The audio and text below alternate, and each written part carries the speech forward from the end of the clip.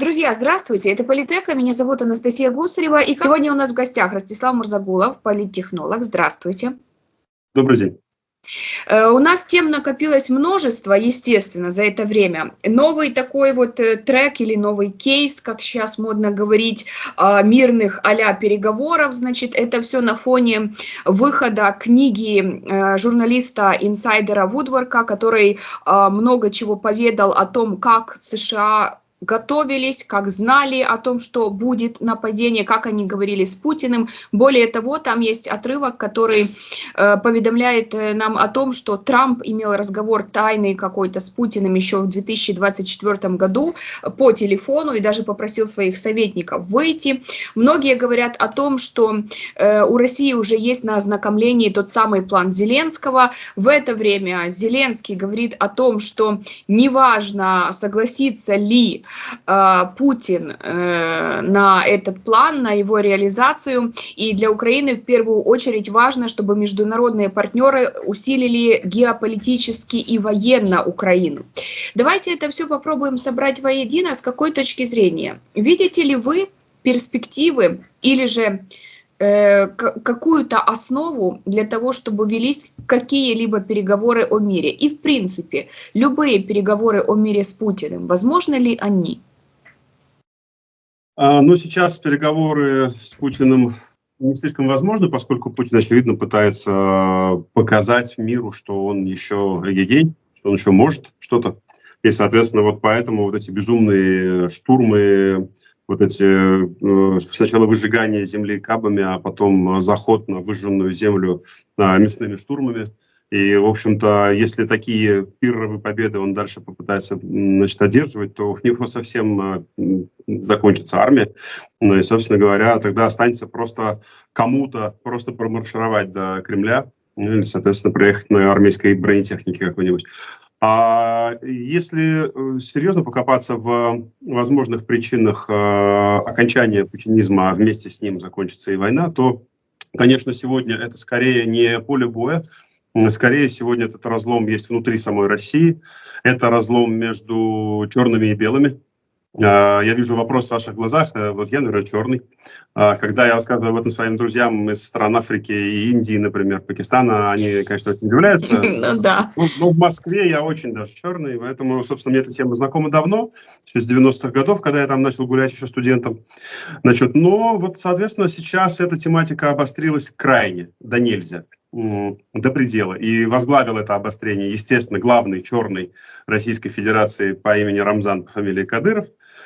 И вот этот вот разлом, мне кажется, очень перспективным, потому что, естественно, я ни на какой ни стороне, здесь ни черных, ни белых, я не ассоциирую себя, на самом деле, ни с теми, ни с другими, но дело в том, что этот Жаба Гадюкин, конечно, приведет к тому, что все это рассыплется, и, в общем-то, на этих развалинах, возможно, вырастет что-то толковое.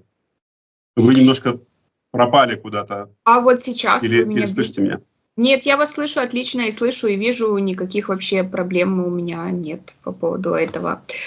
Нормально меня слышно? Нет, сейчас? видимо, не слышите. Нет, слышу. Все хорошо. У вас, возможно, связь где-то отваливается, нет? Я вас слышу. Так, слышно, видно. Да, вас слышно и видно, и я вас и до этого слышала, видела, все окей было. Если вы меня слышите, то я... Да, слышно. Теперь слышу. Давайте тогда о Кадырове как раз-таки продолжим. Тут есть тоже интересный такой вот момент, который тоже о разломе. Значит, Кадыров пригрозил кровной местью сенатору Керимову и 2 депутатам Госдумы из-за конфликта в руководстве Wildberries. Это для наших зрителей, возможно, не очень там какая-то популярная тема с Wildberries, но вот кто следил, это такая очень большая компания, муж и жена, которой владельцы сейчас делят, собственно говоря, эту компанию. И вот Кадыров тоже туда подключился, так как он является близким другом, я так понимаю, одного из владельцев этой компании. Более того, Кадыров до этого обещал, что никакой кровной мести больше не будет. Тут он говорит: все, значит, кровная месть. Это он сказал во время совещания с командирами и начальниками силовых ведомств Чечни. Он объявил, что готов объявить кровную месть сенатору от Дагестана Сулейману Керимову, также депутатам Госдумы Бекхану Барахоеву и Резвану Курбанову. Значит, об этом он также сообщил в своем телеграм-канале и сообщил, что обсудил с силовиками перестрелку в офисе Wildberries, которая тоже недавно была. Слова о кровной мести прозвучали в видео, которое он прикрепил к посту, и Кадыров говорил о сенаторе и депутатах на чеченском языке. О чем эта история в принципе? И, вряд ли эту историю не наблюдают там силовики, или же вряд ли об этой истории до сих пор не доложили Путину и так далее. То есть складывается такое ощущение, что происходит такой вот некий хаос, некий бардак, в котором вот Кадыров говорит: сейчас я тут буду решать, в общем-то, не вы силовики, не Путин, я сейчас буду решать, кто прав, кто виноват, а вам вообще кровная месть. Нет, дело в том, что кровную месть он объявил не просто, собственно говоря, Сулейману Керимову и его там подельникам из числа других депутатов и так далее. Кровную месть Кадыров объявил ни много ни мало Путину, а также его правой руке, главе его администрации Вайна, и вообще объявил о выходе Чечни из состава России. Я сейчас вот немножко передергиваю, но на самом деле совсем немножко. Сейчас я пойму, сейчас я объясню, о чем я говорю. Дело в том, что эта сделка насчет этого Wildberries, это, в общем-то, не проходное происшествие, для Украины исключительно и крайне важное. На самом деле важное для всех цивилизованных людей, которые хотят, чтобы все вот это вот как можно скорее закончилось. Дело в том, что каждое предприятие в России, когда дорастает до размера какого-то большого, оно приобретает крышу. Среди чиновников, да, и среди бандитов оно ее как бы имеет обычно в начале, потом как бы вместо бандитов становятся силовики. Ну и, соответственно, в последнее время эту структуру чуть-чуть изменил Кадыров, потому что сейчас вместо бандитов это силовики Кадырова. То есть как бы по всей России работают, собственно, люди, которые, как правило, имеют в кармане удостоверение чеченского МВД или какой-нибудь еще структуры. Значит, и, соответственно, они занимаются грабежом, вымогательством, рэкетом и, собственно, крышуют предприятия. Они крышевали этот Wildberries последние лет 7 и очень хорошо на этом зарабатывали. Соответственно, здесь появляется весь в белом, значит, Сулейман Керимов и говорит своему дружочку Антону Вайна, который работает правой рукой Путина, главой администрации, что вот есть такое большое предприятие, что надо его прибрать к рукам. Оно как бы ничего. Соответственно, по понятиям путинских бандитов, которые находятся в его администрации, это как бы, значит, повод забрать предприятие себе. Ну, а какую-то долю можно оставить хозяевам номинальным, можно не оставлять, это по-разному бывает. Собственно, отсюда взялись вот такие же истории были там у Чичваркина, когда он свою сеть развил, да. Такие же истории были с Рольфом, когда развил Петров этот бренд, да. Соответственно, это такая обычная, такая бандитская история для любой страны третьего мира, к которому, в общем-то, к сожалению, Россию давным-давно можно со всей ответственностью, значит, относить. Соответственно, здесь все было сделано красиво, как считают Сулейман и Антон, Вайной и Керимов, соответственно. Они привели владелицу бизнеса к Путину, прям непосредственно лично к Путину. Значит, эта информация вся легко проверяется, гуглится. Значит, Путин выслушал внимательно всех участников встречи, сказал, что да, отлично, забираем бизнес, как бы давай, значит, Антон, все оформляй. Вот два поручения, одно Кириенко, другое, значит, Орешкину. Кириенко, понятно, что чтобы он обеспечил как бы политическое прикрытие этой сделки, значит, медийное прикрытие, так как он командует медийкой. Ну, а, соответственно, чтобы Орешкин экономику там посчитал и решил, что куда, кому, значит, а где путинская доля. Ну, собственно, все как обычно. Ничего такого нового. Но тут вдруг выясняется, что у предприятия была крыша не кто-нибудь, а чеченцы. Хотя, кстати, чеченцы сейчас крыша у большинства крупных предприятий. Более или менее крупное предприятие попадает сразу под крышу чеченцам. Любой рынок в Уфе, например, имеет сейчас такую крышу. Раньше они крышевались ментами, до этого они крышевались бандитами, вот такими, которые как бы воры в законе и так далее. Еще до этого в 90-е там были беспредельщики всех мастей, то есть там были разные крыши и перестрелки. Значит, соответственно, сейчас как бы это в основном это Чечня. А кадыровцы, давайте говорить все-таки правильно, потому что, конечно, чеченцы прекрасный народ, ничем не хуже любого другого, как бы, но есть там, к сожалению, Кадыров и его банда, которые Чечню поработили, так же, как Россию поработил Путин. Значит, соответственно, дальше увлекательная эта история продолжается следующим образом. Кадыров отправляет Керимову маляву, что вы должны все отмотать, и, значит, это все мое. Вот. Керимов, естественно, ничего не собирается никуда отматывать, потому что для него это сделка, которая может серьезно его подлатать, потому что его там другие бизнесы как бы там немножко начали шататься. Ну и, соответственно, он говорит Вайна, что тут такое дело, нарисовался Рамзанчик, что делать? Антон говорит, ничего страшного, я сейчас царю доложусь. Значит, естественно, как бы докладывает тот Путину. Путин понимает, что проблема это может быть, потому что Кадыров сегодня это, в общем-то, одна из, как бы сказать, даже не опор уже путинского режима, а одно из крупных бандформирований, которое Путину не мешает в Украине. Оно там никак себя не проявляет. Как вы знаете, при появлении ВСУшников они разбегаются. И я уверен, что если я И снимают тиктоки параллельно. Заранее обменявшись информацией с ВСУшниками, на связи с Будановым они там 24/7, у меня прям уверенность такая есть, потому что как-то уж очень удачно, как бы ни один кадыровец в последнее время не погиб на войне. Значит, и, соответственно, Путин поехал туда для того, чтобы как-то о чем-то договориться с Рамзаном. Сказал ему: Рамзан, тут такое дело, я согласовал сделку, мы забираем это себе, ты давай отступных забери себе. Ну, прислал туда, значит, гонцов, приехали туда от Керимова люди. Они предложили Рамзану $1 миллиард. А Рамзан сказал, что миллиард – это смешная сумма совершенно, что ему надо 7. А 7 – это вообще рыночная оценка всего Wildberries. Ну, то есть это очень много. И, соответственно, Вайна и Керимов, я не знаю, докладывали они об этом Путину или нет, мои источники не доходят до кабинета Путина, а вот до кабинетов Вайна и Керимова мои источники доходят. Ровно поэтому я про всю эту кровную месть и про вот эту попытку убийства Кадырова рассказывал еще 3 недели назад. В десятке, наверное, своих стримов, и это можно проследить, желающим, как бы, да, проверить мои источники. И, собственно, это все сегодня один в один подтвердилось. Значит, соответственно, после того, как они получили ответ отрицательный от Рамзана, они попробовали его убить. Они отправили 2 киллеров в Грозный для того, чтобы там, как бы, ну, в общем-то, где-то там на удачу быстренько провернуть эту операцию. Но на удачу провернуть ничего не получилось. Они были арестованы. Сейчас они сидят в чеченском СИЗО в Грозненском. Соответственно, сейчас они дали уже показания, которые ведут непосредственно к Керимову, который, скорее всего, заказывал это убийство, точнее, эту попытку убийства.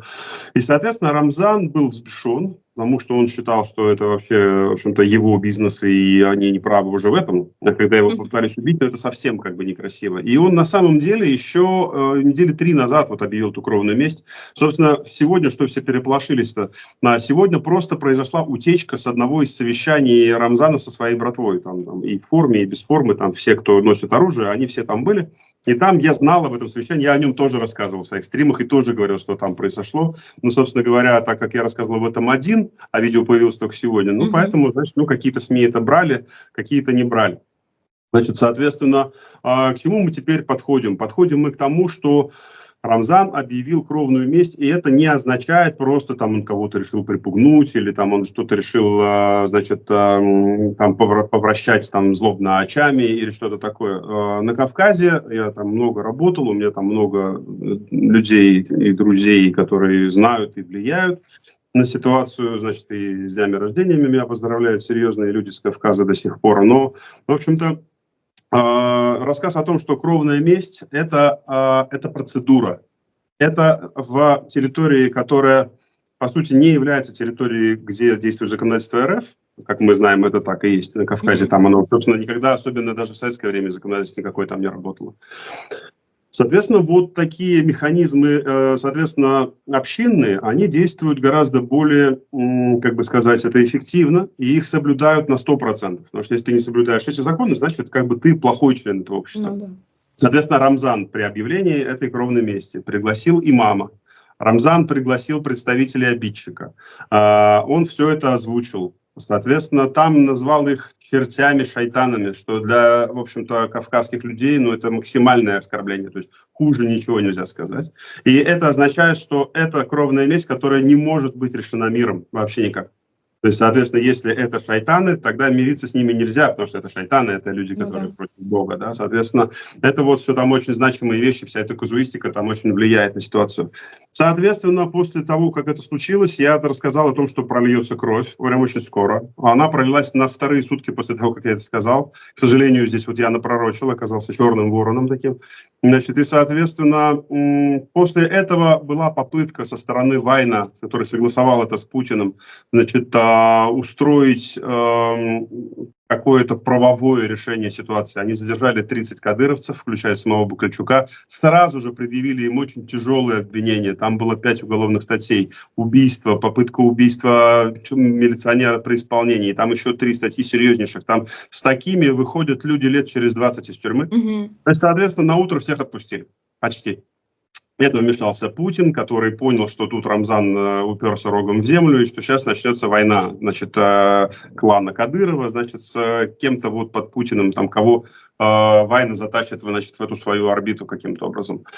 И, значит, соответственно, да, действительно, все так оно и было, и, в общем-то, Кадыров обиделся уже и на Путина тоже, соответственно, потому что он прекрасно понимал, что Путин все это согласовывал, и, соответственно, он сейчас, когда вот это все сейчас вышло на поверхность, у него другого варианта нет, как убивать кого-то из своих кровников, потому что он об этом объявил. Не убить нельзя. Соответственно, если там как действует этот закон, вот он объявил имена, да, 4-5 человек, которые как бы кровники непосредственно, но в устранении как бы, да, нуждаются не только эти, но по, соответственно, обычаям соответствующим устранять надо всех, кто причастен. И, соответственно, называются имена мусульман из Кавказа, которые как бы находятся в этой орбите и вообще в этой парадигме, да, вот этого закона. Но убивать надо тех же, кто и других вер, людей и других происхождений, да, но если они помогали тем, кто вот объявлен как кровники. Соответственно, грубо говоря, по кавказским понятиям в число этих кровников сегодня входят и Путин, и Вайн. Если они крышевали эту сделку, если они одобряли те действия, из-за которых Рамзан объявил кровную месть, значит, они тоже кровники сегодня Рамзана. И тут возникает интересный момент. Рамзан буквально позавчера объявляет себя защитником всех мусульман, всех неславян, которых поработили и угнетают в Москве, как он сказал. Это абсолютная правда, что проглотили, что угнетают. Но не кадыровцев, конечно. У кадыровцев есть золотые пистолеты, их сложно угнетать. Да. Значит, а вот всех остальных угнетают. И эти остальные угнетенные с огромным воодушевлением услышали эту речь Рамзана. Надо сказать, что там сегодня как бы там мусульманская умма, она гудит в Москве. Она гудит от радости, что Рамзан за них вступился. Значит, соответственно, эта умма, это люди очень сплоченные. Это люди, как правило, выходцы с Кавказа, из азиатских стран, либо Республика России, как Башкортостан, мой любимый родной, как Татарстан. Значит, и, соответственно, вот эти все люди сегодня могут теоретически стать дополнительными какими-то пехотинцами, если Рамзан сегодня будет эту войну продолжать всерьез и надолго. То есть, соответственно, если сегодня у Рамзана собственных бойцов есть в районе примерно 40 тысяч человек, то, значит, далее это может цифра сильно расшириться за счет вот этой вот мусульманской уммы России. Надо здесь отметить еще, что вот именно по линии ислама Россия сегодня, конечно, абсолютно перекособочена, потому что ислам в России в загоне. Любой человек, который верит в Аллаха, а не в Христа, сегодня является потенциальным заключенным, потенциальным в глазах власти экстремистом, террористом и все вот это вот. Это, естественно, это несправедливо, это на 99,9 там как бы это неправда, но при этом люди действительно страдают, их таскают в тюрьму, когда они молятся, соответственно, мечети не хватает, они там сидят в грязи где-то на улице. Надо сказать, что праздники бывают, например, в марте, да, в марте в Москве, знаете, какая погода, да, и в половине России снег еще лежит. Значит, соответственно, вот в этом всем они пытаются, когда они пытаются построить новую мечеть, за ними начинают бегать какие-то люди с православными крестами, начинают их гонять, банить, отменять, кричать, что они все экстремисты, что вообще тут у них священные русские места и вообще нельзя. И, соответственно, это, конечно, вызывает лютую ненависть со стороны вот этой уммы. И, соответственно, Кадыров не просто так вот именно в эти дни обратился одновременно к своим бандитам и одновременно ко всем остальным неславянским народам России и сказал, что они угнетенные, и что он сейчас всем поможет. То есть, грубо говоря, он готовится на всякий случай к большому противостоянию. И у него амбиции уходят сильно за границы Чечни далеко сегодня. А то, что он по бандитской линии там уже отладил свое верховодство, это я вам рассказал. Но он совершенно не против того, что, как мне некоторые горе-эксперты говорят, что он же такие классные трансферты получает из Москвы. Слушайте, он хочет забрать все трансферты. И Москву тоже он вполне себе может превратить в Москва-Галу и стать там султаном этого российских Объединенных Эмиратов. Запросто. Ему сегодня ничего не мешает это сделать. У Путина неким ему возражать в случае чего. Потому что у Путина все, что может куда-то стрелять, сегодня вгрызлось в границу с Украиной.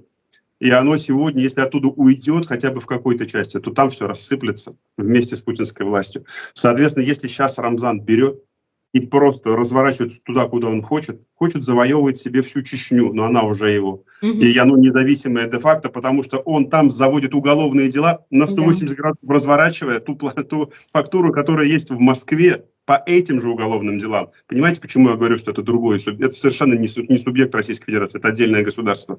Это суверенное государство де-факто и де-юре тоже. Потому что он, еще раз, он по этим делам Вайлдберрис, он завел диаметрально противоположные уголовные дела. Там написано у них, что вот эти 30 чеченцев во всем виноваты, и мы их отпускаем на СВО, ладно, пусть катятся в свой Ахмат. А здесь написано, что эти чеченцы красавчики, что их надо отпускать, а на допрос мы вызываем Керимова и так далее, и так далее, и так далее. Поэтому, собственно говоря, я могу об этом бесконечно рассказывать, я очень глубоко погружен в эту всю историю. Вот, но, во-первых, мне ровно через минут 5 надо уже бежать на следующую свою встречу, поэтому давайте, если какие-то у вас вопросы остались, я вам отвечу. Да, давайте тогда попробуем определиться, как Путин будет действовать, понимая эту ситуацию, которую вы описали нам выше. Смотрите, у него куда ни кинь, всюду клин. У него все варианты плохие сегодня. Это вот ровно ситуация та в шахматах, которую называют, да, вот ситуацией цупсванг, да, то есть как бы что бы Путин не сделал, плохо, потому что если он попытается Рамзана приструнить, Рамзан будет дальше вот так его окольцовывать вот этими своими бандитскими атаками и так далее, своими решениями противоправными. Он будет убивать людей, он будет убивать в том числе кровников. Это известный, понятный природный факт. Значит, соответственно, если он попытается Рамзана ублажить, ему отдаст все, что он хочет, ему отдаст каких-то исполнителей, скажет, что это вот они виноваты в заказе его убийства, и вот, пожалуйста, их убивай. Это вызовет большую плохую реакцию со стороны путинских же нукеров, да, со стороны путинских чиновников, генералов, которые ненавидят Рамзана всей душой, которые, когда убивали Ахмада Кадырова, который отец Рамзана был, и они, собственно, его убивали как раз чекисты. Ну, это 99% всем тем, кто знает Кавказ, понятно, что это именно они сделали. Значит, соответственно, когда они это делали, они думали, что они устраняют того человека, который подмял под себя всю Чечню, поднял под себя все бывшие эти, значит, террористические кланы, которые там существовали, значит, до воцарения Рамзана. И они опасались, что это будет вот такое царство внутри России, которое будет де-факто не Россией. Но на самом деле оно так и получилось даже после убийства Ахмада, потому что сын сделал все то, в чем боялись они, что сделает, значит, чего боялись они от отца.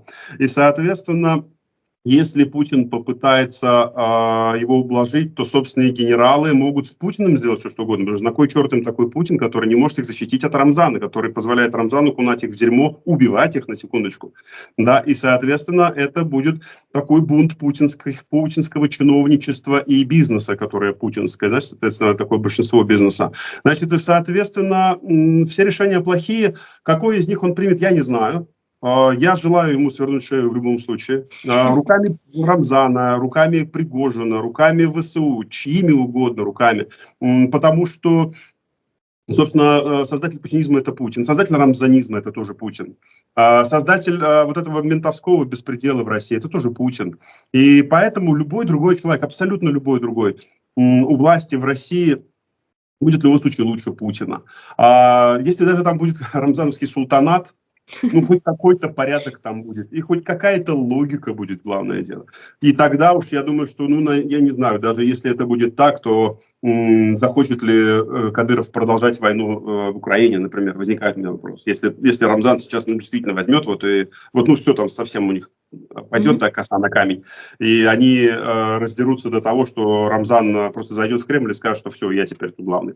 Но и даже если так, все равно закончится война, потому что, ну, собственно, даже Пригожин, бандит и негодяй, в этом смысле был умнее и логичнее Путина. И поэтому бандит и негодяй, еще один Кадыров, в любом случае тоже, я думаю, предпримет какие-то действия, чтобы это весь кошмар и бред, чтобы прекратился. Поэтому, отвечая еще раз коротко на наш вопрос, Путин примет плохое решение, потому что хороших у него в этой ситуации просто нет. Не могу не присоединиться к вашим пожеланиям по поводу свертывания шеи, конечно же. И спасибо вам большое за то, что вы рассказали нам свои инсайты, поделились ими. Ростислав Мурзагулов, политтехнолог, был у нас в гостях на Политеке. Друзья, благодарю вас за то, что вы нас смотрите. 1,1 миллиона – это ваша заслуга. Продолжайте в том же духе. Большие комментарии, лайки, подписки. Делитесь этим видео в соцсетях, а мы с вами обязательно увидимся в следующих эфирах. Меня зовут Анастасия Кусарева. Вы себя берегите.